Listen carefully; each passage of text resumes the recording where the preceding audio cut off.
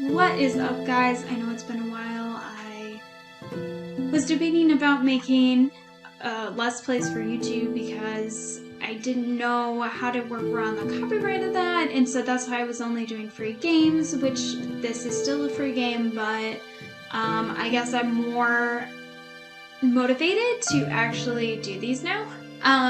So what I'm going to play today is called Dead End Aegis Gaiden, and it apparently is only a prologue to I think they're DLCs that they want you to install for the main game, or it's a separate game. I'm not sure. I didn't really look too into it, but this then should be pretty short and it won't be a complete story, but let's see what this is. I will, of course, put a link to it on Steam in the description.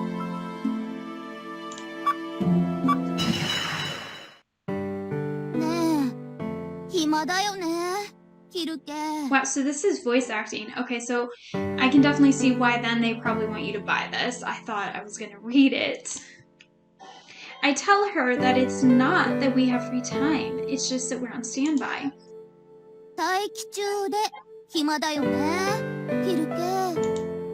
She sidles up to me.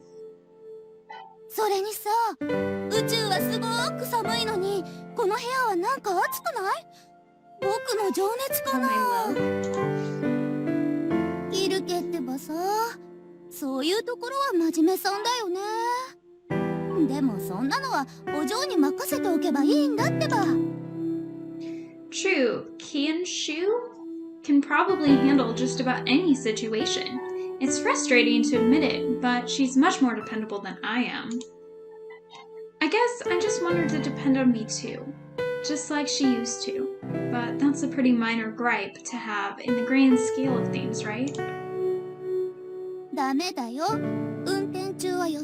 Oh, I'll look at you. She leans in close. When the sound of the door opening makes us both jolt upright.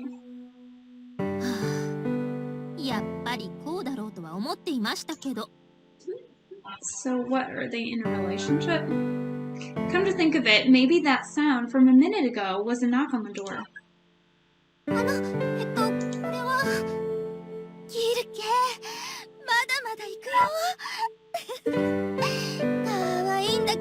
Okay. Lizette, watch out behind you.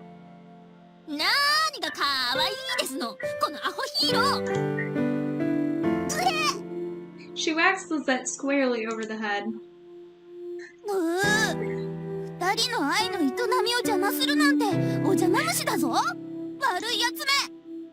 This is Lee Kinshu. She's a roommate. Oh, so she has every right to come into the room. But I guess that's why you'd want some alone time. And, okay, she's our roommate, and the only other special warfare trooper besides Lisette and me. She's also the first friend Lisette and I ever made besides each other. Since Lisette is my girlfriend, it could be said that Kinshu is in fact my first real friend.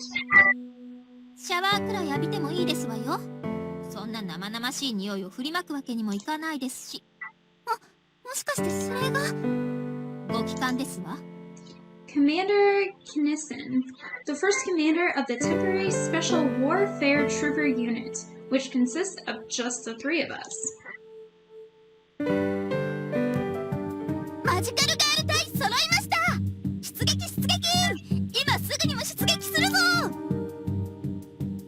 The special warfare trooper unit is to remain on standby. This is Commander Kinetic. Commander Kinetic is the only person I've ever met who can keep his cool while talking with Lisette.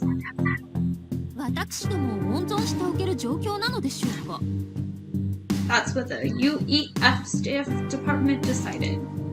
Lisette laughs merrily.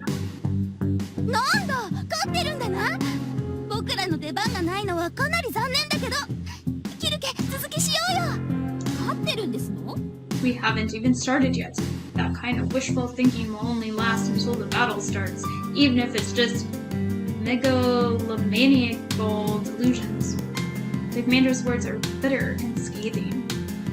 And the doesn't just apply to the UEF. Down on Earth, the stock prices of military enterprises are on the rise. Not that such business will matter if we get wiped out. The media has banded together to report on a war against the aliens. There are reporters everywhere. The military accepts their presence since it's good for propaganda. It's like none of them realize that Earth is on the verge of ruin. So just aliens. Like just aliens in general? All aliens? Who are we fighting here? You say that, but your homeland is just as blindly optimistic. There's no evidence of the moon's autonomous government publicly evacuating its citizens. Less than 30% of the population evacuated independently. Wait, so she's from the moon, or are we all from the moon? Kanshu, who was originally from the moon, smells bitterly. The Independence Party's approval rating dropped by 59% to 32%. Meanwhile, the Autonomy Expansion Party's ratings went up by 32% to 62%. They say that in times like these, they have to rely on Earth. The more Kanshu hears, the more bitter her expression becomes. But that deluded faith of theirs is based on their planned military operation. Commander Kinnison gives the operator a cue. A moment later, a holographic model of the Earth appears in the center of the HQ room. Beyond the moon's orbit, 3 space fleets have been deployed. Each belongs to a different country.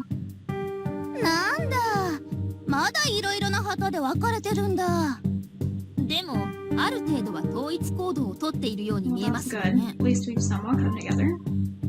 Kanshu's right. Large vessels from different countries are all gathered in the central fleet. The battle in Mars's orbit taught the United Earth forces a brutal lesson. The separate countries have now unified their armies underneath a single chain of command now. The enemy's invasion has continued unabated, and they've ignored all attempts at communication. Conflict is unavoidable. If mankind doesn't unite as one, the tragedy at Mars will repeat itself. This will be the first interstellar war in mankind's history. That will remain true, even if, in truth, this is nothing more than a patchwork army.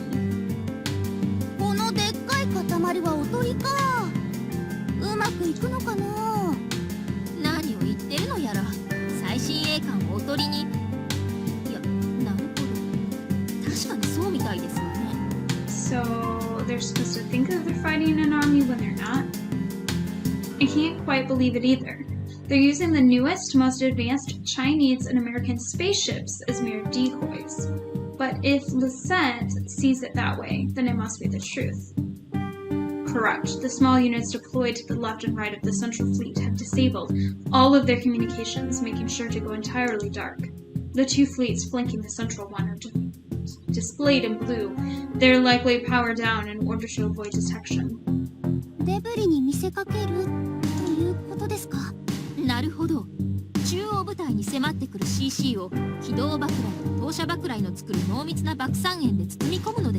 These types of ordnances are the most frequently used weapons in space warfare. Missiles are self-propelled, while shells are fired from spaceships' cannons. These weapons follow the same basic concept found in older munitions from Earth's history. By exploding, they release huge bursts of shrapnel that slice through their targets. The difference is that in outer space, there's no atmosphere and little to no gravity. That means the shrapnel won't lose its momentum over distance and time. Because of this, these weapons are far deadlier than their atmospheric counterparts. The plan is to lure the enemy into a single area so that they can bombard by ordnance from all directions. The CC have no armor. An analysis of the few samples we gathered shows that their bodies consist of soft tissues. The staff department believes that shrapnel is more than sufficient to tear them apart. She is so chipper to be killing people.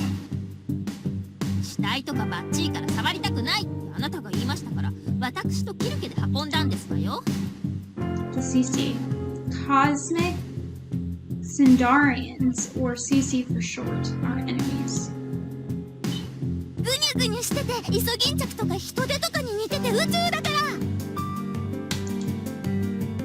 Lisette, stay out of my mental commentary. What?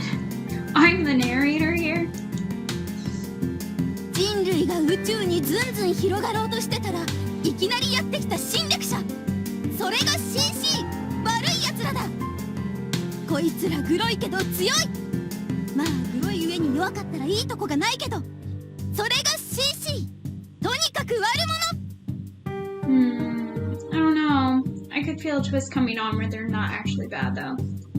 The enemy is so overwhelmingly powerful that mankind has been forced to settle its differences and unite to counter this threat. そんでも負け続け。そんでついに地球の危機。どうなる地球。僕がやらねば誰がやる。 And that about sums up the situation.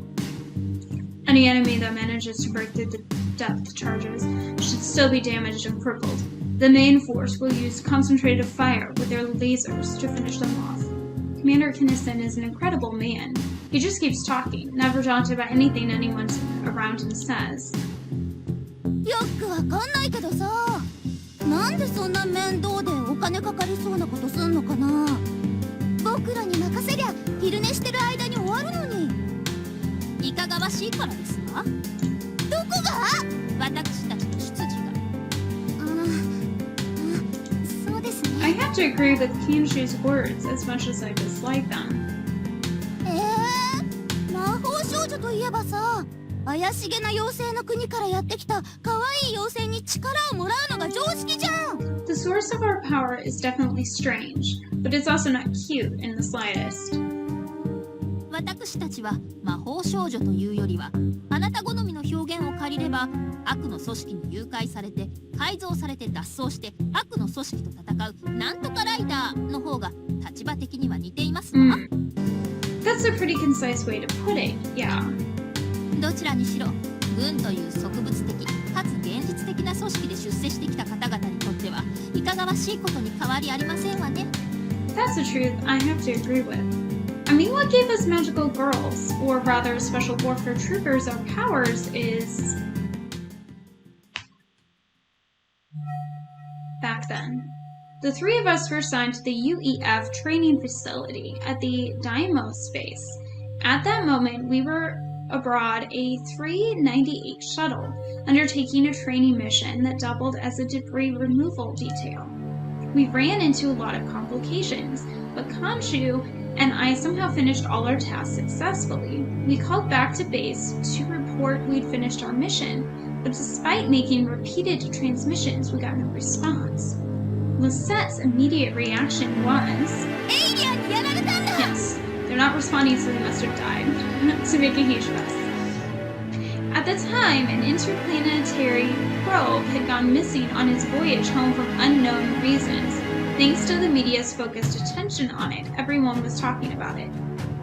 My first thought would be it's probably a technological issue, not that they died.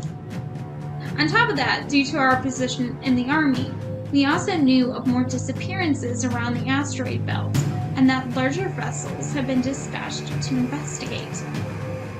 Also, we'd heard that the fleets stationed at both the Phobos and Deimos bases were officially integrated into the UEF. Lisette said, 強大な敵が攻めてきたから団結したんだ。つまりエイリアンが攻めてきたんだ。僕がバチンとやっつけてやる。 Super chipper to go fight stuff. My word. But in contrast to her excitement, I only felt apprehensive. Aliens, I couldn't bring myself to believe that.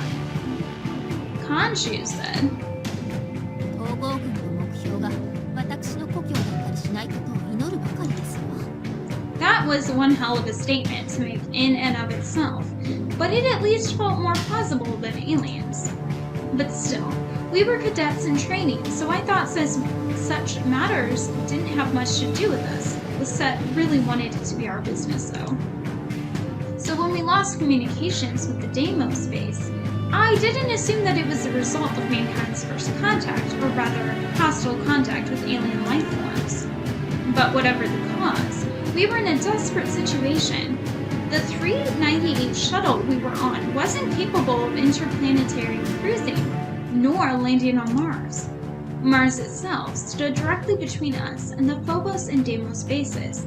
Well, we could see the planet's surface. We were on the opposite side of Mars's developed regions. So long as we stayed within Mars's shadow, no one would even realize we were here. The peril of our situation was becoming clearer. We didn't know what had happened to the interplanetary bases, nor could we make it to the vicinity of Earth, since the 398 shuttle lacked interplanetary cruising ability.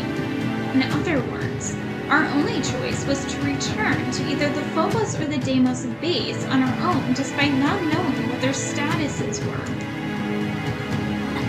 新規の音楽に置き忘れてたリゼットでもビクビクしたりするんですもんね。これは武者震いだ。ついに宇宙の歴史に僕の名が刻まれちゃうんだからな。Lisette pumped her fists at the wall for no particular reason. She really was excited. When she was little, she'd always kick at walls and trash cans while watching an action movie she liked. She really hadn't changed from back then. 悲鳴に刻まれるの間違いではありません。I whispered to myself that if I was with Lisette, I wouldn't even mind that fate. 私は嫌ですわ。She was definitely the least enthused of us three. お嬢は仲間外れだ。寂しい亡命。Still, our usual antics did help distract me from my anxiety. As time passed, the situation got progressively more serious. Since we were part of the army, we weren't supposed to send open radio transmissions without approval. However, with HQ failing to respond to us, we had no choice. This side of Mars did host a few small bases, as well as observation, terraforming, and lab facilities. We tried hailing all of them, but just like with our base, we weren't getting any response. Eventually, however, we did receive one transmission, a critical one at that. We are under attack, requesting assistance. The rest of the transmission cut off before telling us anything further. We didn't know where the transmission came from, but it was probably someone on this side of Mars. In other words, the surface was under attack. これはひょっとするかもしれませんわね。エイリアンだ！エイリアンが攻めてきたんだ！ Looks like a psycho. Lisette continued to throw punches at the wall for no reason. 何か不測の事態が起きていると考えざるを得ませんわ。本部からの指示もないですし、ここは一時退避するべきですわ。It was a wise decision. Khonshu always remained sensible. Our 398 shuttle couldn't cruise between planets, but it did have 10 days worth of food and water in case of emergencies. That's good. If we rationed it out carefully, we could probably stretch that to 20. We'd use that time to slowly retreat to a safer, less active sector of space, while conserving our oxygen and energy. We'd send out distress signals and wait for help. 事態を見極めるために突撃するべきだよ。突撃すべし。僕らは軍人なんだから少しでも情報を収集して後方へ送るべきだ。それが義務。突撃しよう。Can I break up with her because she's gonna get killed? Yeah, I know, Lisette. You once tackled the situation head on. As hard as you tried, all those words you said other than charge came across as totally flat. I would have loved to agree with Lisette, but I did realize Khonshu's opinion was the more valid one here. I suggested that we approach a point where we'd be clearly visible by the Deimos and Phobos bases. After staying there for a while, we'd begin our retreat. 仕方ありませんわね。その辺で手を打ちますわ。キル家の裏切り者。When she said it like that, I felt inclined to agree with her. I don't. Khonshu gave me a pat on the shoulder. こんな考えなしが彼女だと、あなたも苦 Tell me 労し about ま it. すわね。 Of course, I'm not a soldier, and I wouldn't want a soldier. I could only nod without thinking too hard about it. And so we ended up going with my compromise of a plan. If only I had known what would have come next. I would have gone with Khonshu's suggestion without a second thought. We were captured by the CC. No, this was before they were given that designation. We were captured by the aliens. The 39H shuttle we were on was 15 minutes away from the point where we'd be observable from the Phobos base. It was then that they appeared from behind Mars's shadow. あれは何ですの？ This was our first glimpse of the invaders. It was like a small planet or a massive creature. I couldn't tell which. The cavity of its center glowed a strange blue color. わあ、すごい、すごいぞ！すごく悪そうな侵略者だ。あんな巨大なのにどうしてセンサーで捉えられませんでしたの？ I suggested that this might have somehow scrambled our sensors, or that maybe it was just some kind of illusion. Thinking back on it now, the CC might have protected itself from sensors using the same power that we do in order to turn into magical girls. I mean, into special warrior troopers. Yeah, so there was a technological error, like I thought. We could see it with our bare eyes, but all our electronic devices were blind to it. Perhaps it was some kind of characteristic unique to all CC. This was probably the reason why all the spaceports orbiting Mars were destroyed before they could send out a single distress signal. 退避しますわ。突撃だよ！突撃しかないよ！無敵号ならこんな時は突撃だよ！無敵でしたらね。The SS Invincible, a ship from a work of fiction. The protagonist, the invincible superhuman Razor, pilots this spaceship. Every episode, Razor gets into trouble, only to cry out, "Don't underestimate us Earthlings," before transforming into an invincible superhuman. Sadly, though, that's a fictional series. Even I thought that charging headfirst would be reckless. Still, she seemed pretty cool when she so decisively shouted her stupid idea. キルケさん、このバカを何とかするのは飼い主の責任ですわ。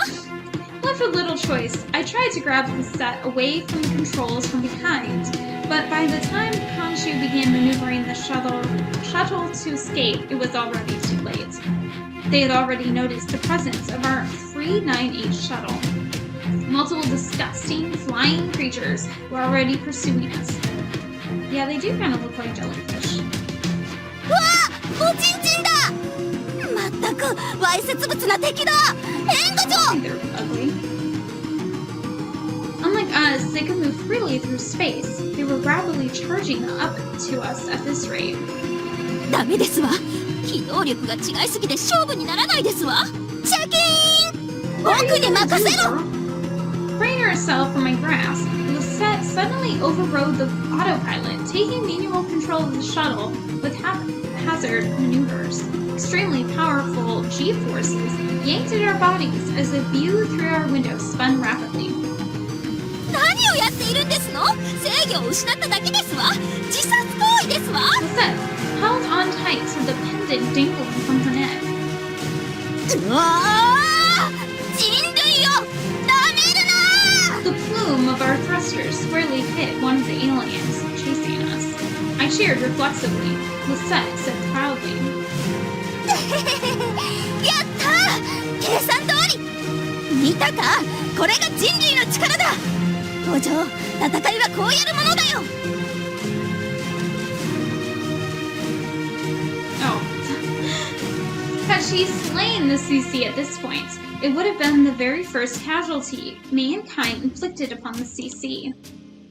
相変わらずたまにすごいですわね。これで相手に被害を与えられていたらもっと褒めましたわよ。If you actually damaged them, I praise you. As we unfortunately found out, the alien was unharmed. Our shuttle may have been relatively small, but our thrusters were still roaring jet engines.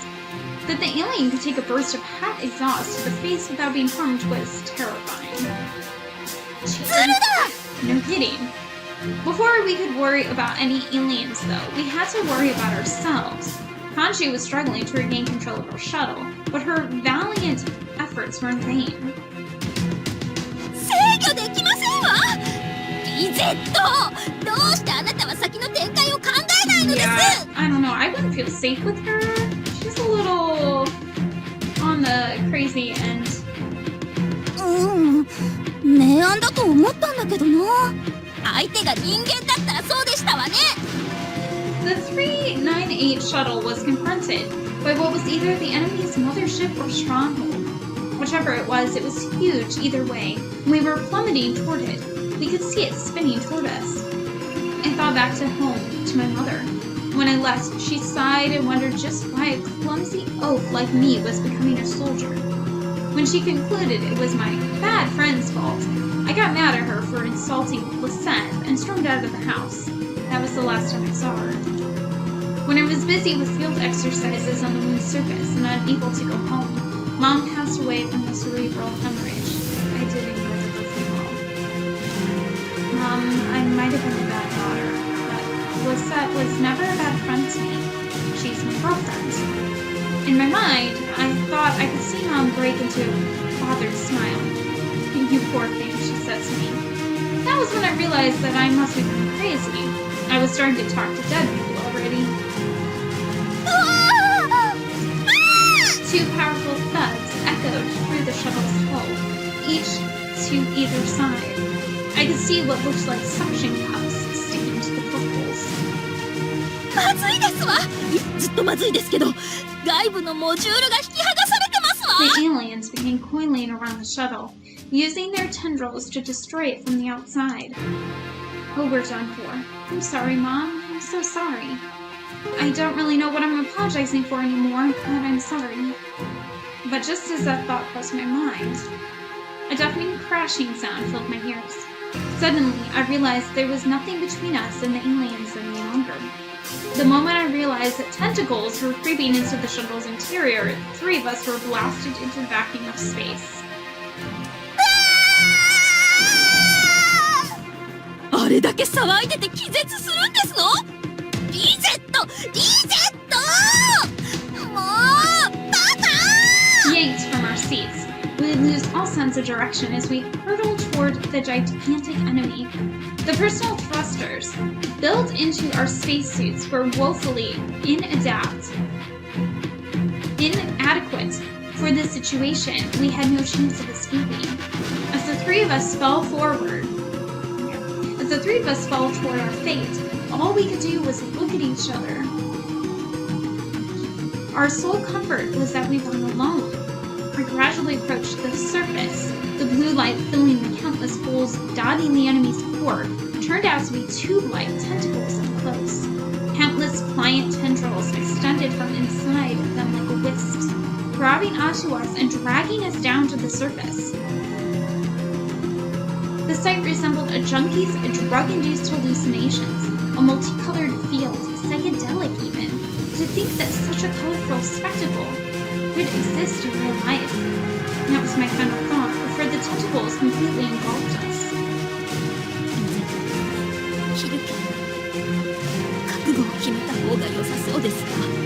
Hanshi's voice was tense. It was clear that she was trying to suppress the terror she felt. That wasn't what she was talking about. I understood why Hanshu forced those words out. Already I could see 10 bodies, no, 10 people's worth of crushed remains. They had been torn apart to the point of being utterly robbed of their dignity.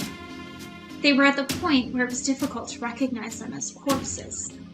Limbs were bent into unnatural angles and torsos were torn apart. It was obvious that a gruesome, brutal ending awaited us. We were going to be ripped to shreds. Apparently, the pilots of old were provided suicide capsules. If I had one right now, I would have swallowed it without thinking twice. Unfortunately, I had no such way of it in my life. Other stories say that you can bite your tongue to kill yourself, but in our situation, even that would take far too long. But if we had known what was coming next, at least Hanshu and I would have certainly tried to kill ourselves somehow. As tentacles pulled hard on us, I could hear the sound of bone cracking and tendons tearing.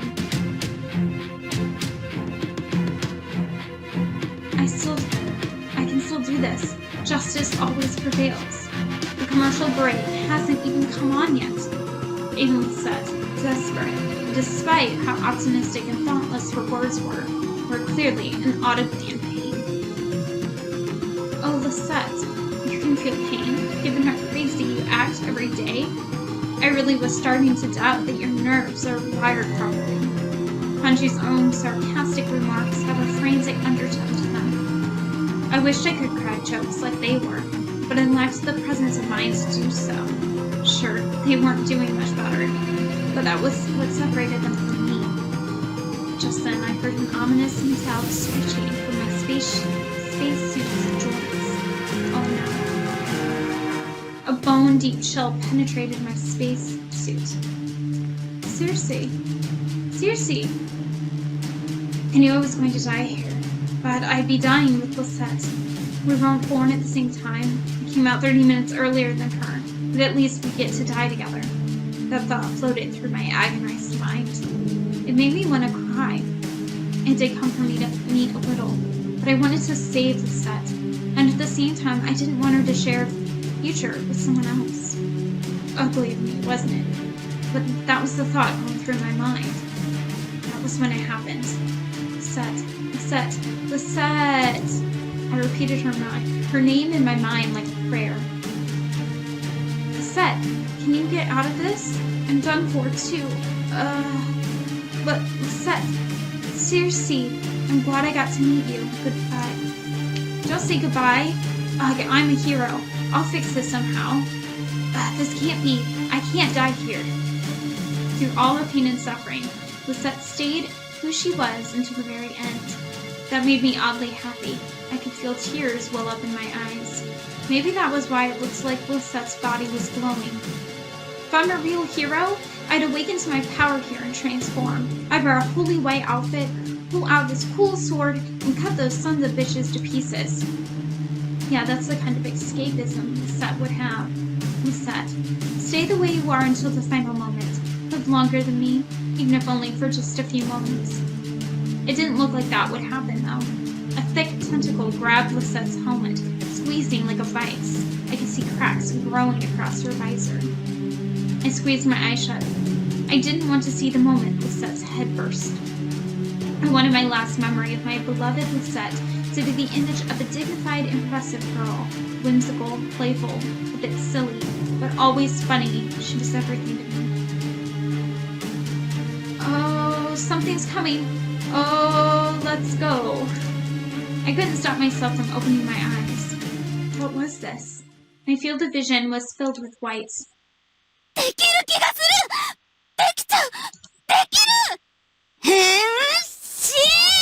found myself crying out.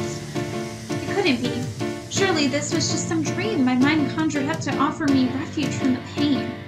Lisette just transformed into a holy warrior before my very eyes. Just thinking of the phrase holy warrior seems almost laughable now, but at the moment, that was how she appeared to me.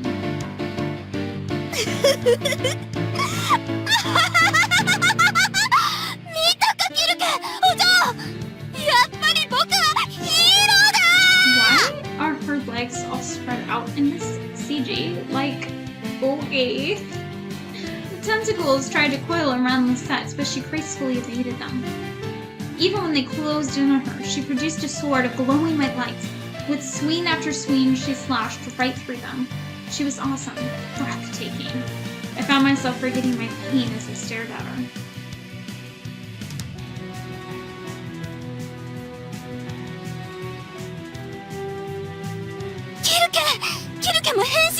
I couldn't believe what I was hearing.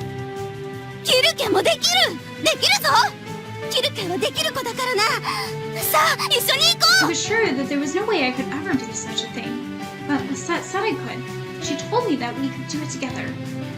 I burned her image into my thoughts. She looked so cool. I filled my eyes with her, feeling my emotions boil over. I want to be like that. I want to look just like her. I desperately wished for those things. Lisette extended her hand to me.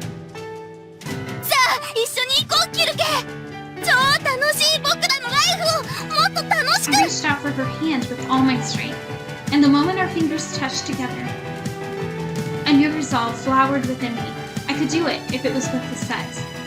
Fire flared up within my belly. The sizzling heat shot through me until my entire body burned so hot I felt as though I'd melt. The light overflowed. It emanated from my body. The light swirled around my extended arm, turning into a holy outfit just like Lisette's. I did it. I transformed too. The tentacles' tight hold on me slackened. I'd escape them as easily as breathing, as if it were second nature. I could hear Lisette's voice echoing directly in my mind. I nodded at her in agreement. Even if this was an illusion, I no longer cared. Anything so long as I could stay with Lisette. あなたたちどうやったんですの I'd almost forgotten about Kamshu, who still remained in the tentacles' grasp. 変身したいと思ったらした The tentacles seemed confused by the strange situation, because the tendrils imprisoning Kanshu's body were already coming loose. However, that alone would not save her. Her body remained broken and profusely bleeding. まあいいですわ幻覚だとは思いますがあなたたちが助かる姿が見れて私を置いていきなさい幻覚じゃないぞ現実できるぞお嬢多分お嬢にだってできる So. ひょっとすると大体そこそこ So she obviously has more faith in Circe than she does in Kanshu. In other words, Lisette thought Kanshu probably couldn't. I always had a way of blindly believing whatever Lisette said. Kanshu was smart though, and wasn't as gullible as I was. 無茶言いますのねできる変身したいっていう姿を一生懸命に思い浮かべるんだそんだけ一生懸命ひたすらさあレッツゴーできませんわよリゼットみたいに思い込み強くありませんしキルケみたいにあなたを信仰してませんものわからずやめやるの頭がいいからお嬢にだってできるやらないとこうだ Lisette suddenly rushed up to Kanshu. With a slash of her shining sword, Lisette severed the pipe connecting Kanshu's oxygen tank to her helmet. The water vapor within her helmet froze all at once, blowing out into space as a glittering mist. At first I thought Lisette was simply granting Kanshu a mercy killing. If she truly was, though, she wouldn't do it with such a statement. あなた私を殺すつもりですの Despite her earlier acceptance of her fate, Kanshu's eyes now flared up with anger. このままならどっちにしろ死ぬし嫌なら変身やりますわよやればいいでしょ最悪どうして私がこんな出来の悪いフィクションみたいなことを There was no way she could do it. To think this was how I'd seen my friend breathe her last. 絶対やりますわよ絶対にああもう何も思いつきませんわ何でもいいからこのバカに殺されるのは願い下げですわ何でもいいなんかファンシーな服それはちょっと Basically, they're saying it's their will to transform that's allowing them to transform. Like the will not to die? It was then that a red light enveloped Kanshu's body. It couldn't be.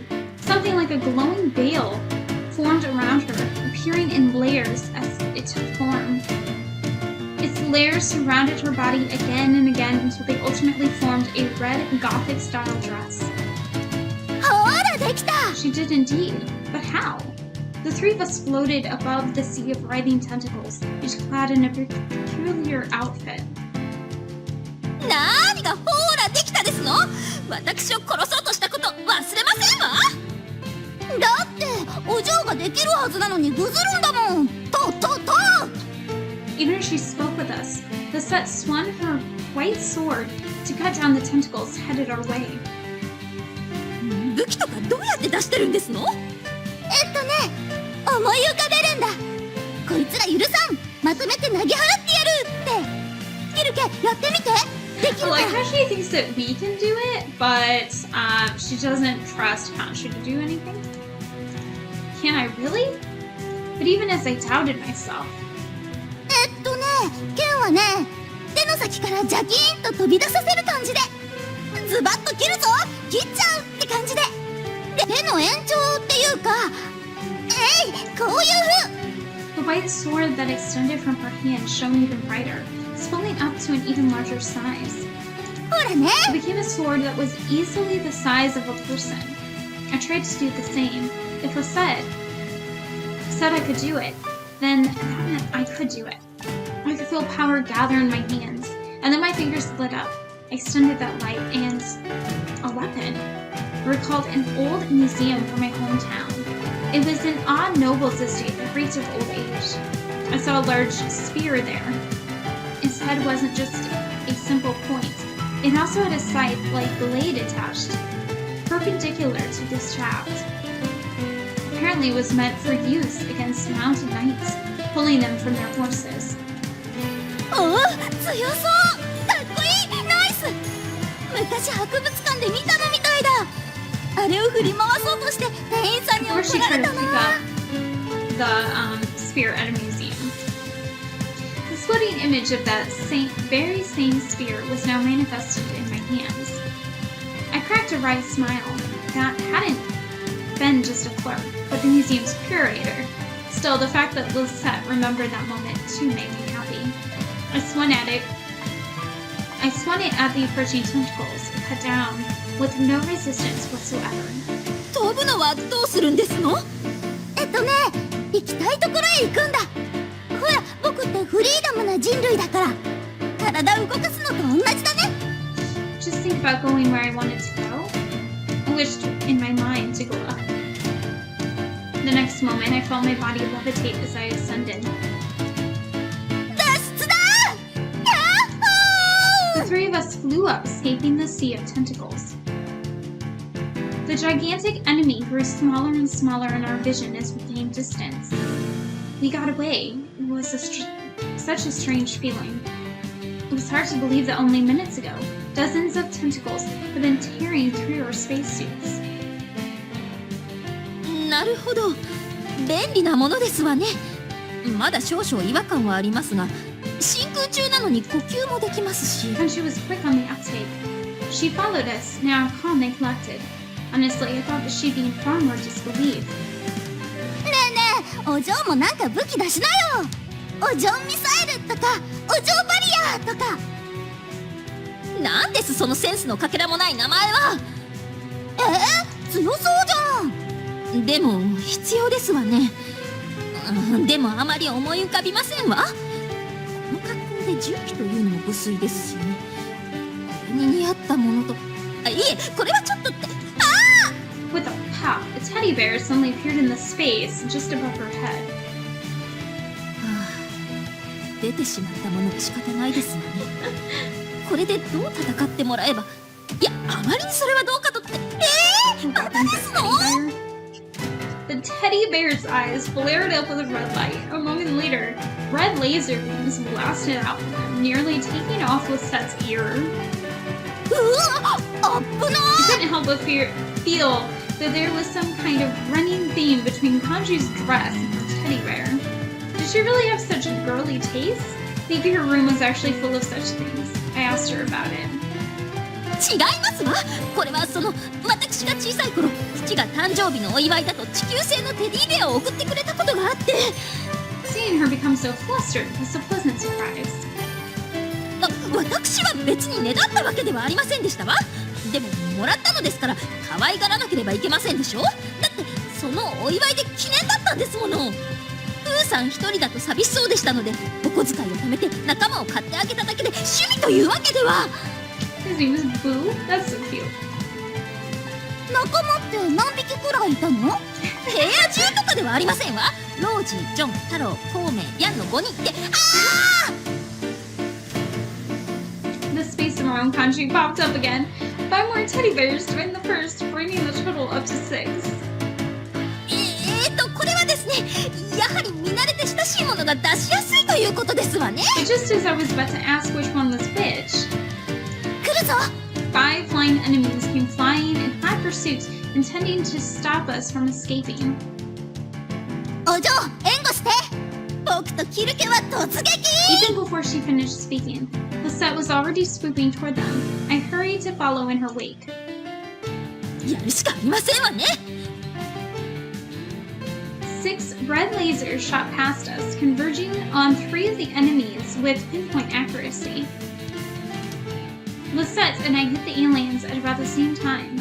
I almost felt like the enemy was panicking, as it faced its first counterattack from mankind. With swings of our weapons, we easily dispatched the creatures in moments.